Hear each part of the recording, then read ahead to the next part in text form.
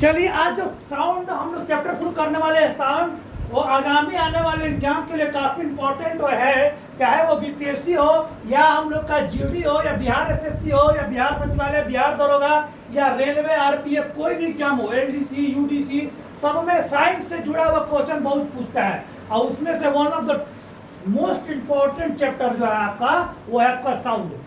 दम या एनसीईआरटी में 7वां क्लास में पढ़ना आपको साउंड के बारे में। साउंड किसी वस्तु के कंपन से ही ध्वनि उत्पन्न होती है। जब तक कंपन नहीं होगा तब तक ध्वनि उत्पन्न नहीं होगी। हाथ को टच किए, दोनों के बीच में कंपन हुआ, ध्वनि उत्पन्न हुई। नगाड़ा बजाए, नगाड़ा या ढोल के बीच में कंपन हुआ, ध्वनि उत्पन्न हुई। झाल बजाए, झाल के बीच में कंपन उत्पन्न हुआ, ध्वनि उत्पन्न हुई। लेकिन बताइए, हम बोल रहे हैं, है ना, तो कहाँ कंपन उत्पन्न हो रहा है? हाँ, बहुत बढ़िया। हमारे गले के पास में जो नालिका है, वोकल कॉर्ड है, उसमें क्या हो रहा है? कंपन होता है, इसी कारण ध्वनि उत्पन्न होती है। बिना कंपन का ध्वनि उत्पन्न नहीं।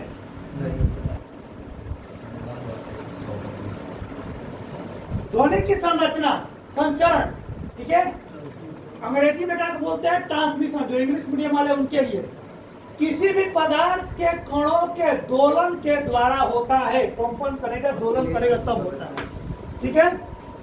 वायु में अथवा गैस में ध्वनि का संचरण केवल अनुदैर्घ्य तरंगों यानी कि लॉन्गिट्यूड वेव के रूप में होता है। लेकिन संभव है जबकि ठोस और एवं द्रव में, ठोस एवं द्रव में अनुप्रस्थ और अनुदैर्घ्य, ठीक है, दोनों तरंग के रूप में होता है। समझ में आ गया? ये क्वेश्चन पूछ सकता है आपके लिए। और वायु में तरंग कैसे गमन करता है? तो केवल वायु में गमन करेगा हम लोग का अनुदैर्घ्य लॉन्गिट्यूड वेव में। लेकिन जब जल और हम लोग का ठोस लोहा हुआ कुछ भी रहे, तो उसमें दोनों तरफ से संचरण करे। तो ये क्वेश्चन आपको ऐसे घुमा पूछेगा आप लोग को।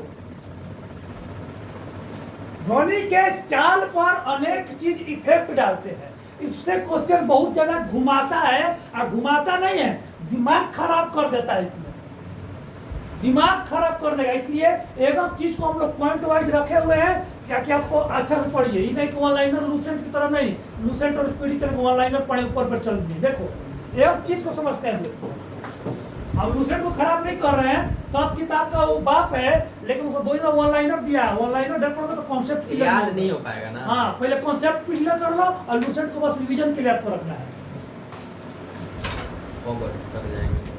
आगे बढ़ते हैं। दाब का प्रभाव, साउंड पर दाब का क्या प्रभाव पड़ता है? क्वेश्चन दे सकता है कथन में। कथन वाला क्वेश्चन दे रहा है सभी एग्जाम में। तो यदि गैस का ताप नियंत्रण है तो ध्वनि पर की चाल पर दाब का कोई प्रभाव नहीं पड़ता है। लगेगा कि दाब का प्रभाव पड़ता है, कथन सही है, लेकिन याद रखना नहीं पड़ता है ना। लगेगा, सुनने तो लग रहा है कि ध्वनि की चाल पर दाब का प्रभाव पड़ेगा, लेकिन दाब का प्रभाव कोई पड़ता नहीं। आ रहा समझ में? क्लियर? ये क्वेश्चन बहुत अच्छा है। ये दिमाग का एक सही है, लेकिन आंसर ही गलत है ना।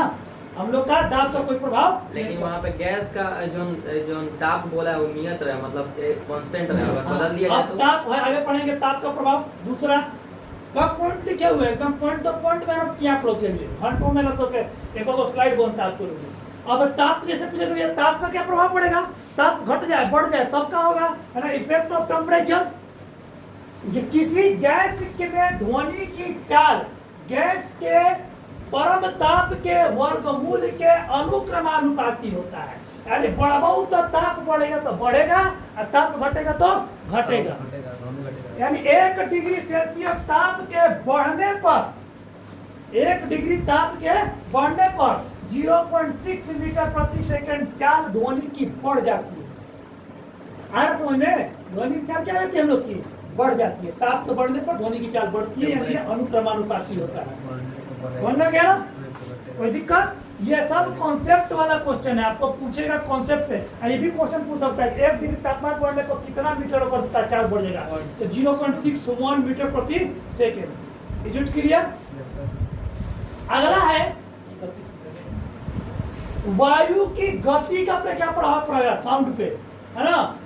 Effect of motion of sound का क्या प्रभाव पड़ेगा अगर वायु गति बढ़ जाए, घट जाए तो? यदि हवा चल रही है तो ध्वनि की चाल में भी बदलती है। हवा तेज तो तेज, धीरे तो धीरे, ना हवा साउंड देना। सिंपल बात।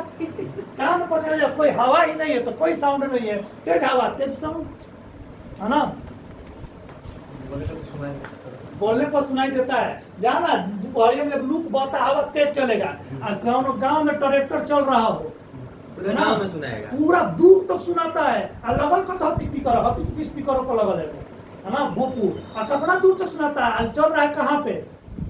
अरे बड़का बड़का हम लोग होम थिएटर लगा लेते हैं, बगल गली में ऐसे सुनाई देता है। कहाँ है? क्योंकि उसको हवा मिल रहा है, हवा तेजी से उसको संचरण करा रहा है। आगे समझ में? तो फिजिक्स को अपने जीवन से रिलेट करो। घनत्व का प्रभाव, इफेक्ट ऑफ डेंसिटी, ये क्वेश्चन थोड़ा सा टेढ़ा है, ध्यान से समझिएगा, सबसे टेढ़ा पॉइंट है। गैस यानी वायु का घनत्व बढ़ने पर उसमें ध्वनि की चाल कम हो जाती है, ठीक है? इसी कारण से आर्द्र मौसम में आवाज दूर तक जाती है, शुष्क मौसम में आवाज कम दूर तक। आर्द्र में, आर्द्र माने जरा में पानी रहे, ठंडा बरसात के दिन, ठंडा दिन बरसात में आर्द्रता बेसी रहता है। और शुष्क मौसम से अभी गर्मी लूप बह रहा है ना, एकदम ठंडा, गर्मी रुक गया एकदम वैसे, क्योंकि आर्द्रता बढ़ने पर वायुमंडल का घनत्व घटता है, वायुमंडल घनत्व घटता है, और आर्द्रता घटने पर वायुमंडल का घनत्व बढ़ता है। इस तरह पॉइंट को याद रखिएगा, ठीक है? इसी कारण वर्षा के दिनों में ट्रेन की सीटी की आवाज जो होती है अपेक्षाकृत दूर तक सुनी जाती है, ठीक है? अपेक्षाकृत क्या सुनी जाती है? दूर तक, क्योंकि हमें क्या है, पानी की मात्रा आ गया है ना, और इसी कारण क्या होता है, दूर तक अगर सुनाई देगा। समझ में? यही इफेक्ट ऑफ जो हम लोग का डेंसिटी होता है साउंड पे। इस पॉइंट पर थोड़ा सा आपको ध्यान देना होगा, ज्यादा इस पॉइंट पर थोड़ा सा ध्यान देना होगा। समझ में आ गया? आवृत्ति, फ्रीक्वेंसी पर बात करते हैं, है ना? फ्रीक्वेंसी बताया था ना आप लोग को, फ्रीक्वेंसी बताया था ना दोस्त, है ना? इसको क्या बोलते हैं हम लोग? इसी को तो फ्रीक्वेंसी बोलते हैं, फ्रीक्वेंसी इसी को तो बोलते हैं। साउंड को इसे जा रहा है। ध्वनि की चाल आवृत्ति का, ध्वनि की चाल पर आवृत्ति का कोई प्रभाव नहीं पड़ता है, जो कतरा बढ़िया पॉइंट है। ध्वनि की चाल पर फ्रीक्वेंसी का कोई प्रभाव ही नहीं पड़ता है। अगर फ्रीक्वेंसी का कोई प्रभाव पड़ता, ठीक है, अगर फ्रीक्वेंसी के कारण ध्वनि की चाल बदल जाती तो फिर बहुत सारा प्रॉब्लम होता है। रेडियो का चैनल हमेशा अलग अलग जगह पर पकड़ता है, लेकिन अगर फ्रीक्वेंसी फिक्स है, अगर फ्रीक्वेंसी फिक्स है, विभिन्न आवृत्ति की ध्वनि तरंगे वायु में एक ही चाल पे चलती हैं, ठीक है? जबकि वायु में ध्वनि की चाल ध्वनि की आवृत्ति पर निर्भर करती तो किसी संगीत कार्यक्रम में विभिन्न वाद्य यंत्रों से निकलने वाली संगीत की धुनें हमें आनंदित नहीं कर पाती। और आवृत्ति अगर एक जैसा हो जाता तो हमको पकड़ाता है कौन ढोलक का है, कौन हम लोग सारंगी का है, कैसे कैसे क्या है। अलग एक गाना में अगर 2-3 गायक गाता है तो भी हम लोग पहचान लेते हैं। एक ही पिंच को गा रहा है 2 गायक, तो भी हम लोग पहचान लेते हैं। कहा है कि साउंड पर ये जो होता है, जो हम लोग का फ्रीक्वेंसी है, कोई प्रभाव नहीं पड़ता है। मान लो मेरा साउंड का फ्रीक्वेंसी अलग है, फ्रीक्वेंसी मेरा अलग है, उसका फ्रीक्वेंसी अलग है, दोनों का फ्रीक्वेंसी अलग अलग होता है। वो लड़का गा रहा है, वो लड़की गा रहा है। अरे समझ में? एगो ढोलक का फ्रीक्वेंसी अलग है, सरोद का फ्रीक्वेंसी, गिटार का अलग है, सितार का फ्रीक्वेंसी अलग है। तो ये पॉइंट को आपको काफी अच्छा से याद करो। ये क्वेश्चन आपको घुमा के देगा कि क्या साउंड पर फ्रीक्वेंसी का प्रभाव पड़ता है। तो जो अल्पज्ञ लोग होंगे मार कर देंगे, हम बाम पड़ता है। और क्वेश्चन आएगा अपने डीप में, जाओ पढ़ कर देख लो। हम पढ़ाते हैं तो उस तरह पढ़ाते हैं कि चाहे बीपीएससी हो चाहे कुछ भी, एक बार में निकल जाए। आगे उल्लेखनीय कि ध्वनि तरंगों के एक माध्यम से दूसरे माध्यम में प्रवेश करने पर ध्वनि की चाल का तरंग दैर्घ्य परिवर्तित होता है, लेकिन आवृत्ति परिवर्तित नहीं होती है।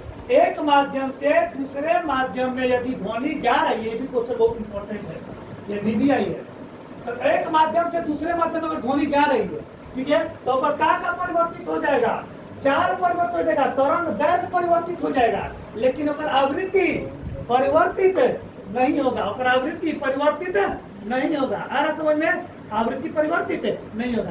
तरंग दैर्घ्य क्या होता है? पिछला क्लास में लोग जाकर देख लीजिएगा। वेवलेंथ, फ्रीक्वेंसी, ठीक है? 40 समझ में आ रहा है? कोई दिक्कत? आगे बढ़े। इस चीज को आप लोग कॉपी में हाईलाइट कीजिएगा, इस चीज को हाईलाइट कर लीजिए, क्योंकि बहुत इंपॉर्टेंट है। क्योंकि अगर चाल और तरंग दैर्घ्य परिवर्तित नहीं होता परिवर्तित होता है, लेकिन आवृत्ति परिवर्तित नहीं होती। आगे बढ़े। तरंगों का अभिलक्षण, ध्वनि तरंगों का अभिलक्षण। कुछ ध्वनियां कर्णप्रिय एवं संगीतमय होती हैं, कुछ सामान्य होती है, कुछ अप्रिय होती है। इसका निम्नलिखित कारण है। कुछ ध्वनि अच्छा लगता है ना, कुछ ध्वनि खराब लगता है, कुछ ध्वनि लगता है कि दमे बेकार है ना। अब कोई मान लो कि आ गया, इरिटेटिंग साउंड होता है, किसी किसी आदमी में भी देखो ना इरिटेटिंग साउंड होता है। अब देखो बहुत सारे कॉल सेंटर में क्या करता है ना, लड़की लोग को बैठाता है या फिर इंक्वायरी वाला में, लड़की लोग का आवाज बड़ी साउंड जो होता है ना, कर्ण को मधुर कर, कान को अच्छा महसूस होता है, इसलिए उसको बैठाता है। आप कौन बुढ़वा को बैठा देगा, मान लो इंक्वायरी में तू है ना, तू गया है इंक्वायरी में आराम से ऐसे तैयारी करने के लिए, आप कौन बुढ़वा को बैठा दिया, अब बोल रहा चलो तो बेटा यूपीएससी कर ले ना, और फायदा है झूठ मूठ के तू कहा लगल है एसएससी में, बढ़िया बेसी पढ़ना है, एडवांसो मत पढ़ना है। दम पहले दिमाग हो तो पहले गर्मी में गर्म था, अब बुढ़वा को देखकर और गर्म हो गया। इसलिए खूब सुंदर लड़की को बुलाता है और जिसकी आवाज खूब सुंदर हो, है ना, वो भी सुंदर। हाँ हाँ, पूरा दिमाग एक बार में तू वहाँ पर पूरा दिमाग तो खेल जाएगी। अब फ्रीक्वेंसी का क्या होता है, तीव्रता के बारे में करते हैं, क्या क्या कारण होता है। तीव्रता ध्वनि का वह अभिलक्षण जिसके कारण हम ध्वनि को तीव्र, लाउड या मंद स्लो सुन पाते हैं, ठीक है। हाँ, इंटेंसिटी। इसका संबंध ध्वनि तरंग के आयाम एम्पलीट्यूड पर डिपेंड करता है, ठीक है। किस पर डिपेंड करता है हम लोग का, एम्पलीट्यूड पे। जैसे बात करते हैं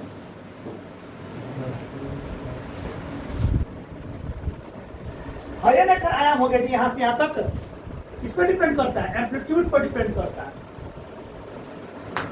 इसका ऐसा ही मात्रक माइक्रोवाट प्रति वर्ग मीटर है, बहुत इंपॉर्टेंट क्वेश्चन है।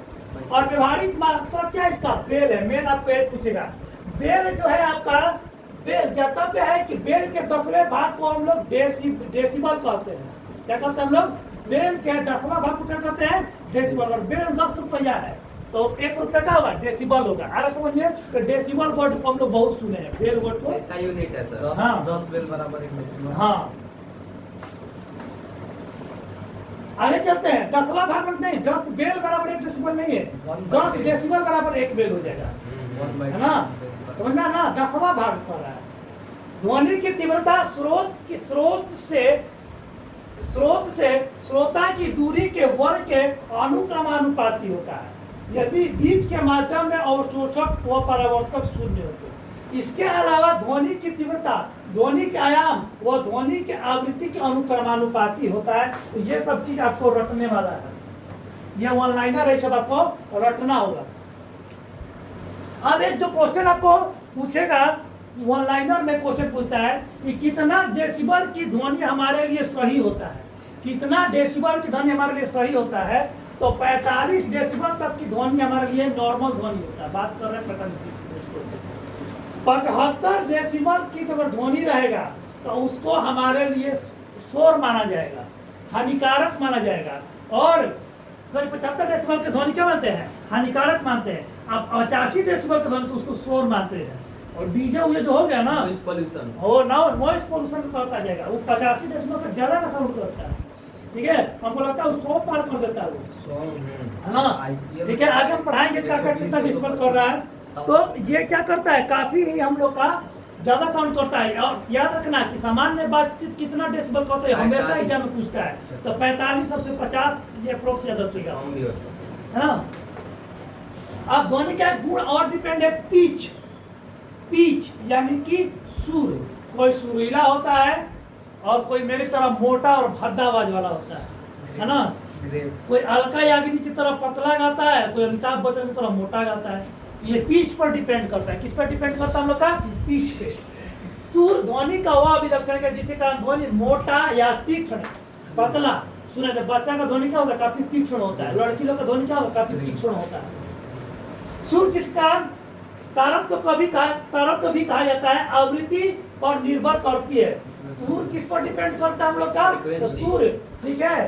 पिच किस पर डिपेंड करता है, तो फ्रीक्वेंसी पर निर्भर करता है। किस पर निर्भर करता है, फ्रीक्वेंसी पर निर्भर करता है।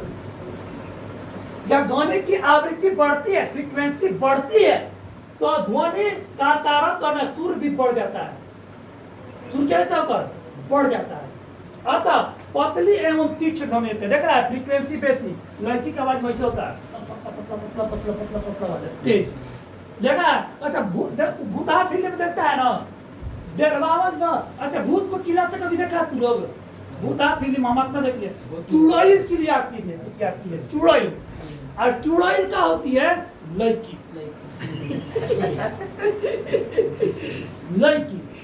कभी तुमने देखो भूत चिल्ला रहा है ना, भूत चिल्ला रहा ऐसा कभी नहीं देखा गया। जब चिल्लाएगी तो चुड़ैल चिल्लाएगी। और कभी बढ़िया थिएटर में चल जाओगे ना तो जान निकल जाएगा। हम लोग बचपन में अगर दूसरा क्लास में था, अगर राज मूवी आया था पहला राज, आज वो में चुड़ैलिया चिचियाती है तो बाबू समझ ना रहा है, 2 दिन तक रात को हम उठे नहीं तो डरे।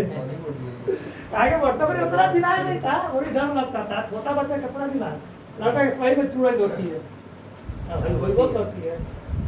बिना मेकअप की लड़की को देख लो शादी के बाद। आगे बढ़े जोर दो देख क्या शादी में थे बिना मेकअप का। इस प्रकार कर्कश ध्वनि उच्च आवृत्ति वाले स्रोत से उत्पन्न होती है। कर्कश ध्वनि उच्च आवृत्ति और पतली ध्वनि कम आवृत्ति वाले स्रोत से। हम लोग का आवाज क्या हाल है? कर्कश ध्वनि। कार बेटा का हाल चाल है? मोटा ध्वनि है ना। आज तो हम लोग का अमिताभ बच्चन कहते हैं भाइयों बहनों, मोटा ध्वनि है ना, ठीक है। और उसके बाद यदि हम लोग की खुपड़ा बात आलिया भट्ट का बात सुनो, पतला सा एकदम आवाज, मन खुश हो जाएगा उसको सुन के, समझ में ना। तो आवृत्ति पर क्या होता है? आवृत्तियों पर बहुत कम होता है। स्त्रियों, बच्चों और चिड़ियों की आवाज पतली और तारत तो अधिक वाली होती है। तारत तो क्या होगा ऊपर ज्यादा होगा, पतला एकदम होगा, बेसी तारत वाला होता है। पुरुषों की आवाज मोटी होती है, कम तारत वाला। हम लोग का आवाज आराम से मोटा। बाहुबली का आवाज सुनो, जो बाहुबली का आवाज शरद केल कर दिया तो उसका आवाज एकदम मोटा है। तो ऐसा अगर जाकर तुम लोग उसका आवाज में अगर बढ़िया थिएटर में लगता है कि चला गनगना रहा है, अमिताभ बच्चन का सीट लगता है गनगना, उसका आवाज में दम है।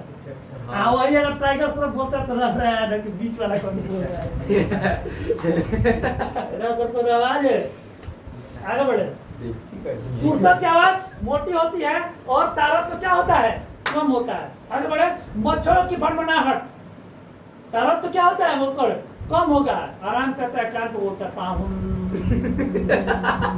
आराम करता है ना। उसके बाद चलते हैं अधिक तारत वाली ध्वनियों के उदाहरण। ज्ञातव्य है कि ध्वनि का तारत्व तीव्रता से कोई सरोकार नहीं है। तारत्व और तीव्रता का कोई संबंध नहीं है। तारत्व और तीव्रता का कोई संबंध नहीं है। अधिक तीव्र ध्वनि का तारत्व कम अथवा कुछ भी हो सकता है। जैसे सिंह की दहाड़ प्रबल ध्वनि है किंतु इसका तारत्व क्या है?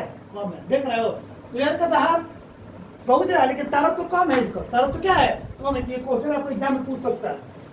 शेर की दहाड़ एक प्रबल ध्वनि, क्या इसका तारत्व कम है या ज्यादा होगी? तो कम होती है, ठीक है। मच्छर की भनभनाहट धीमी ध्वनि है किंतु इसका तारत्व क्या होता है? ज्यादा होता है।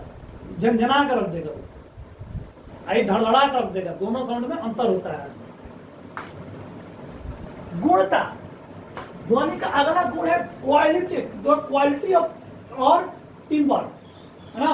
गुणता, ध्वनि का गुणता वो अभिलक्षण है जो हमें समान तरत्व वाली तीव्र तारत्व माने पिच और तीव्रता इंटेंसिटी की दो ध्वनियों के बीच में अंतर करवाता है। हम ना जैसे कि एकल आवृत्ति की ध्वनियों को टोन कहते हैं। एकल आवृत्ति ध्वनि के साथ हम लोग टोन कहते हैं, बोलते हैं समान टोन में गाना गाओ, है ना। और अनेक आवृत्ति वाली मिश्रण की ध्वनि को नोट कहते हैं। क्या कहते हैं? नोट। तो गाना में नोट होता है ना कि होता है टोन, ठीक है। अगर बहुत सारा गायक गाएगा तो उसमें होता है अगर होगा टोन, सर उसमें होता है नोट। एक गाना गाता है उसको टोन बोलते हैं, एक टोन में गाते चलो। यह सुनने में सुखद होता है यदि कि संगीत के कर्णप्रिय कारण होता है। भिन्न भिन्न ध्वनि स्रोतों से निकलने वाली ध्वनियों के गुण भिन्न गुणता के कारण हम उसे समान प्रबलता तथा तारत्व होने के बावजूद भी अंतर कर पाते हैं। तो गुणता के कारण हम लोग अपने आवाज को चिन्ह पाते हैं। अच्छा ये गाना गा रहा है जरूर कुमार सानू होंगे, सोनू निगम हो गए, अच्छा जगदीश सिंह का आवाज है ना, अलका याग्निक का आवाज है। अलका याग्निक तो औरत हो गई, लेकिन पुरुषों में भी हम आवाज सुन के बताए थे ना, ये गाना अरिजीत का, ये गाना जगजीत सिंह का है, ये गुलाम अली साहब का आवाज है ना। तो ये सब आवाज सुन सुन के हम लोग बता देते हैं। या फिर मेरा बहुत पुराना कोई दोस्त का फोन आता है और सुन के बताते कि फलना है, वो मेरा स्टूडेंट फोन किया 10 साल बाद, सुने होकर आवाज पहचान के 10 साल बाद, क्योंकि वो मेरा पहला स्टूडेंट था। हो गया। परिचितों की आवाज सुनकर हम उसे जान लेते हैं कि बोलने वाला व्यक्ति कौन है। जैसे दे दिए यहाँ पे आपको, तो कौन क्वालिटी का दूरता के कारण याद रहेगा। तो पूछे परिचितों का आवाज आप सुनकर कैसे किसी कारण पता कर पाते हैं, तो गुणता के कारण पता कर पाते हैं। किसी कारण पता कर पाते हैं, गुणता के कारण। आप चलते हैं इको, ये बड़ी सुने होगा इको साउंड, है ना। माइक में भी इको साउंड होता है, हेलो हेलो हेलो हेलो, तो गूंजेगा 4 बार 5 बार गूंजेगा। किसी परिवर्तन सतह से टकराकर दोबारा सुनाई देने वाली ध्वनि की प्रतिध्वनि को हम लोग इको कहते हैं, इको कहते हैं। ठीक है। हमारे मस्तिष्क में ध्वनि की संवेदन 1/10 सेकंड तक होता है, 1 सेकंड के 10वां भाग में होता है। और दृश्य का भी यही होता है, आंख को भी इतना ही रहता है। अगर किसी मूवी, किसी फोटो को 1 सेकंड के अंदर में, 1 सेकंड में 10वें भाग के अंदर में अगर हम लोग हटा दें उसको, तो चलता हुआ प्रतीत होगा। अगर 1 सेकंड में 10 को फोटो दिखा दें तो लगेगा फिल्म चल रहा है। तो पहले फिल्म का यही कॉन्सेप्ट होता था। आप समझ में ना। ध्वनि सुनाने के लिए अवरोध के, ध्वनि सुनने के लिए अवरोधक की ध्वनि स्रोत से न्यूनतम दूरी जो होनी चाहिए, वो कितनी होनी चाहिए हम लोग की, तो वो होनी चाहिए 16 मीटर, 16.6 मीटर या फिर 17 मीटर होनी चाहिए। समझना ना। यानी 16-17 मीटर कोई अगर रूम लंबा है और वो में रूम अगर खाली है, अगर तुम चिल्लाओगे तो तुम्हारा साउंड फिर से सुनने को मिलेगा। तो 16 मीटर मैंने 3 से करीब गुना कर दो, 16-17 मीटर है, 51 करीब 50 फीट 51 फीट का कोई बड़ा रूम होगा, और अगर चिल्लाओगे और कुछ सामान नहीं है तो तुम्हारा साउंड क्या होगा, इको होगा, फिर सुनाई देगा। हाँ। ध्वनि के बहुलिक परिवर्तन के बारे में सुनते हैं, सब यूज कहाँ होता है ना। उपयोग स्थिर ध्वनि के बहुलिक परिवर्तन का उपयोग कहाँ होता है। पहले होता है मेगाफोन या शहनाई जैसे वाद्य यंत्रों में इस प्रकार रहते हैं कि ध्वनि तुर्य तथाओं में फैले बिना केवल एक विशेष दिशा में जाएगा। जिसे मेगाफोन देखो, मेगाफोन जानते हो किसको बोलते। अच्छा, मेगाफोन का भोजपुरी बोलते, भोजपुरी में गाँव में क्या बोलते हैं, ऐसे होता है चोंगा, भोंपू वही होता है बजाने वाला, ऐसे दाबते होकर भोंपू बोलते हैं, एकरा बोलते हैं चोंगा। ठीक है। एक चोंगा से लगा ना शादी में, एक और साउंड करता है। शहनाई भी एक और साउंड, आगे से पतला होता है, दूर तक सुन सकते हैं। इस यंत्रों में एक नाली में आगे की ओर खुला होता है जो शंकुकार होता है ना। आहे दिखा गया, इसमें आगे होता है, आगे की ओर खुला रहेगा, और जो शंकुकार होता है ये नाली, और ये स्रोत से उत्पन्न ध्वनि को बारंबार परिवर्तन के बाद भेजेगा। साउंड देगा ना, टकराते पूरा जोर से बाहर निकलते हैं। इसलिए इसका साउंड क्या होता है, काफी दूर तक होता है। गाँव में क्या करता है सब, अगल बगल में लड़ाई उड़ाई हुआ है ना, जरा गले पट्टीदार से शादी लग गया घरे, तो 4 चुंगा घर का मुंह हो रहे होता है ना। और ना तो कुछ नहीं करेगा, शिव चर्चा करा देगा, 4 चुंगा होकर मुंह के ओर हर हफ्ता खूब तबाह है। 4 चुंगा कर दो और तबाह रहेगा अपन घर में। गाँव में सही लड़ाई होता है, स्टेथोस्कोप में यूज होता है, इजीली डीजे कानों में लगाता है, चेक करता है स्टेथोस्कोप, आला है ना। चिकित्सक उपकरण जो शरीर के अंदर मुख्यतः हृदय और फेफड़े में उत्पन्न होने ध्वनि को सुनता है। ठीक है। और इसकी बनावट इस प्रकार होती है कि रोगी के हृदय की बारंबार धड़कन के परिवर्तन को सुन लेता है। तो स्टेथोस्कोप ध्वनि के किस नियम पर काम करता है, तो परिवर्तन के नियम पर काम करेगा ध्वनि के, याद रहेगा आप लोग को। तो ये भी स्टेथोस्कोप ध्वनि के परिवर्तन के नियम पर काम करता है। चोंगा या मेगाफोन, शहनाई किस पर, ध्वनि के परिवर्तन के नियम पर काम कर रहे हैं। तो आगे चलते हैं। कंसर्ट हॉल वाला भी क्वेश्चन आप लोग को 9th-10th में मिला होगा पढ़ने के लिए आप लोग को, है ना। सिनेमा हॉल में जाओगे ना, तो उसमें क्या होता है कि जो दीवार होता है रुखड़ा टाइप का बनाया रहता है। ठीक है, रुखड़ा टाइप का बनाया रहेगा वो, या फिर उसमें क्या बोलते हैं, रबर का पट्टी लगा दिया जाता गद्दा है लगाया रहता है ना, गद्दा लगाया रहता है, क्या को में जो साउंड हो वो सोख ले, एक्स्ट्रा साउंड क्या कर लो, सोख ले, तो गूंजना लगेगा ना जी। सम्मेलन का सिनेमा हॉल की छतें वक्राकार बनाई जाती हैं, छत भी कैसे बनाया जाएगा हम लोग को, वक्राकार इस तरह बनाया जाता है। और भी यह बहुत ही परिवर्तन के पहले ध्वनि हॉल के सभी भागों में पहुंच जाए, और कभी कभी वक्राकार ध्वनि पट्टों को मंच के पीछे रख दिया जाता है, इस तरह के वो पीछे मंच रखे तो साउंड टकरा के, और ऐसा बोलते हैं साउंड दूर तक जाता है, ऐसा बोलेंगे तो साउंड देखो साउंड दूर तक जाएगा, साउंड दूर तक जाएगा, देख रहे हो। कल थोड़ा सा वक्र कर रहे, अपने हाथ को इस तरह कर ले रहे, ध्वनि की स्पीड बढ़ गया, लेकिन इसमें क्या हो रहा है, कंपन हो रहा है। हेलो हेलो, अरे सर माइक लगा दिए, लग रहा है ना जी, हेलो अलग हो, हेलो हेलो, फिजिक्स खतरनाक फिजिक्स है ना। और क्या करते हैं, और कान में जाकर तो टूस उसके कान खराब हो जाते सुतल है, जब बढ़िया किया, आगे बढ़ते हैं। उठ के मर मोके ये बचपन में कांड बहुत हुआ है, समझ में आ रहा है फिजिक्स आप लोग को, इतना पॉइंट आप लोग लिखना है, इसमें थोड़ा ज्यादा साउंड थोड़ा बेसी आप लोग एक्सप्लेन किए, इतना कहीं मिलेगा नहीं। अनुरणन, रिवाइब्रेशन, रिवाइब्रेशन किसी हाल में ध्वनि स्रोत को बंद करने के बाद भी हॉल की छतों में जो है बहुत परिवर्तन होता है, जिसके कारण वो बहुत देर तक सुनाई देता है।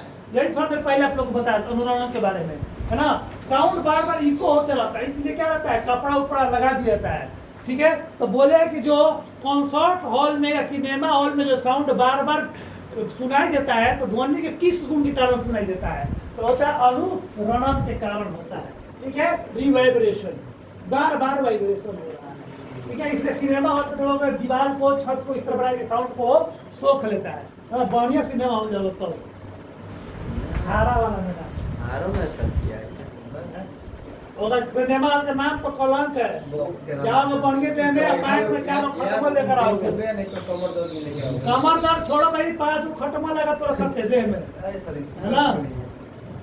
लेता है 100 रुपया, 80 रुपया, 100 रुपया है, 200 रुपया लगा के आराम से हम पटना में देख लेते हैं, मस्त पूरे पूरे। एक महीने का फुल नहीं देखिए। आगे चले, ध्वनि के परावर्तन, ध्वनि के परावर्तन, है ना, रिफ्रैक्शन ऑफ साउंड, ध्वनि के परावर्तन, ध्वनि कणों के जब एक माध्यम से दूसरे माध्यम में प्रवेश करते तो वे अपने पथ यानी वे में विचलित हो जाती है।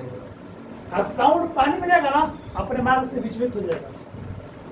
इसका विभिन्न माध्यमों में अलग अलग तापों पर ध्वनि के चाल, तापों नहीं वो पथों पर, तापों में क्या होगा, पथों पर होगा, पथों पर चाल अलग अलग होती है। परिवर्तन की घटना हम कई उदाहरण से देख सकते हैं, जैसे दिन में ध्वनि केवल ध्वनि क्षेत्र के आसपास में सुनी जा सकती है, ठीक है। अब देखिए ध्वनि के परिवर्तन के बारे में देख सकते हैं, अगर हम लोग कि अगर साउंड अगर हम लोग देखते हैं तो सामान्य अगर दिन रहेगा तो ध्वनि हम लोग आसपास के क्षेत्र में ही सुनाई केवल देता है, रिफ्लेक्शन ऑफ साउंड में हम लोग का। अनुनादन, ये तो इम्पोर्टेंट नहीं है, इसको हटा देना है, ठीक है। अनुनाद, अनुनाद भौतिकी में बहुत से स्रोतों से ऐसी प्रवृत्ति होती है जो कुछ आवृत्तियों पर बहुत अधिक आयाम के साथ दोलन करते हैं, इस स्थिति को अनुनाद कहते हैं।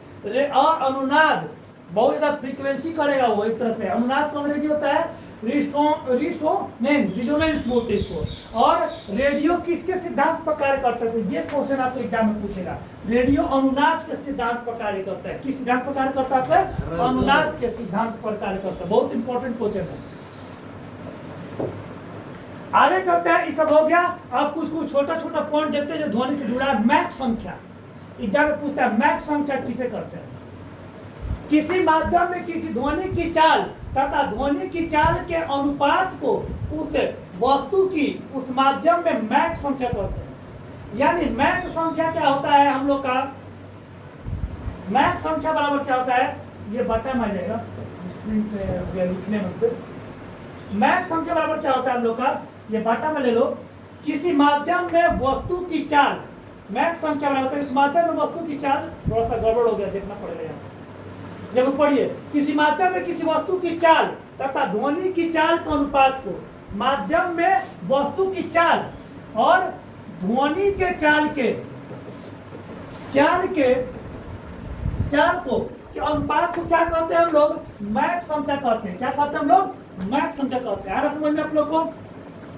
निम्न ताप व दाब पर यदि किसी माध्यम में किसी वस्तु की मैक संख्या का मान 1 है तो उसका तात्पर्य है कि उस माध्यम में वस्तु की चाल और ध्वनि की चाल बराबर है।